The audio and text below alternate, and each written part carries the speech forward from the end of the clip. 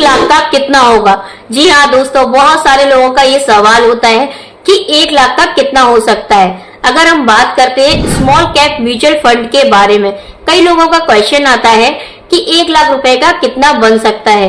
तो इसी टॉपिक पे दोस्तों हम लोग बात करेंगे। तब तक आप कर दीजिए वीडियो को लाइक और चैनल को सब्सक्राइब और अपना सपोर्ट जरूर दीजिए। 2025 में इन्वेस्ट करते हैं 1 लाख रुपए स्मॉल कैप फंड में, तो वो 2035 तक कितना हो जाएगा। तो आइए समझते हैं कि स्मॉल कैप फंड क्या होते हैं। ये वो म्यूचुअल फंड होते हैं जो कि छोटी कंपनी में इन्वेस्ट करते हैं, जिनका मार्केट कैपिटलाइजेशन यूजुअली 5,000 करोड़ तक होता है। इन कंपनियों में ग्रोथ पोटेंशियल बहुत हाई होता है, लेकिन साथ में रिस्क भी बहुत ज्यादा होता है। ये कंपनीज छोटी होती है और इनके शेयर प्राइस बहुत जल्दी अप डाउन होते रहते हैं। ये फंड उन इन्वेस्टर के लिए अच्छा है जो हाई रिस्क ले सकते हैं और लॉन्ग टर्म के लिए इन्वेस्ट करना चाहते हैं, 8 साल 10 साल कम से कम। तो दोस्तों आइए समझते हैं कि 1 लाख का कितना हाईएस्ट जा सकता है। बेस्ट केस, अगर मार्केट अपने ऑल टाइम हाई पर है और आपका फंड भी हाई परफॉर्मिंग है, तो आपका अमाउंट 13 से 14 गुना हो सकता है। ये अमाउंट 30% तक होता है। अगर आपने निवेश किए 1 लाख रुपए, तो वो 13 से 14 लाख भी हो जाएंगे। मार्केट अपने ऑल टाइम हाई पर है और आपका फंड भी बेस्ट परफॉर्मिंग है।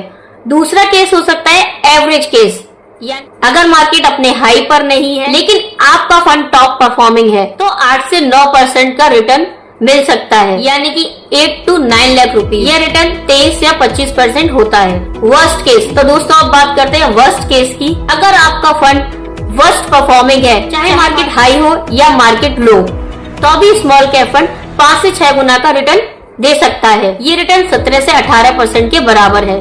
दोस्तों ये सारी डिटेल मैं आपको पास्ट में हुई हिस्ट्री को देखकर बता रही हूँ, जो कि स्मॉल कैप ने परफॉर्म किया है, और फ्यूचर में इकोनॉमी की ग्रोथ के हिसाब से रिटर्न और भी बेहतर हो सकते हैं। तो दोस्तों अब बात करते हैं करंट सिनेरियो की, क्योंकि अभी 2025 चल रहा है, कॉर्पोरेट फंडामेंटल सॉलिड है और ये स्मॉल कैप के लिए अच्छी बात है। लेकिन इसके साथ साथ कुछ चैलेंजेस भी हैं, क्योंकि स्मॉल कैप की वैल्यूएशन अभी बहुत ज्यादा हाई है, यानी कि मार्केट में करेक्शन का रिस्क है।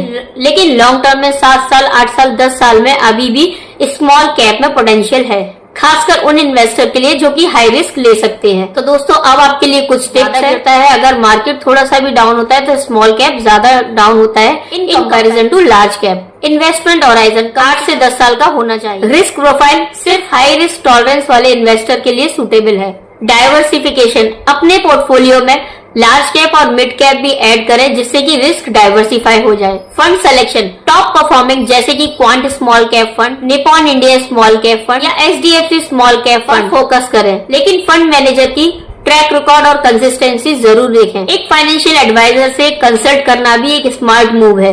तो दोस्तों स्मॉल कैप में इन्वेस्ट करना एक स्मार्ट मूव वाला गेम है, लेकिन इसमें पेशेंस और रिस्क लेने की कैपेसिटी चाहिए। अगर ये वीडियो आपको हेल्पफुल लगी हो तो प्लीज चैनल को सब्सक्राइब करके अपना सपोर्ट जरूर दीजिए। अगर आपके कोई भी सवाल है तो कमेंट बॉक्स में जरूर बताइए। चैनल को सब्सक्राइब कीजिए। Thank you.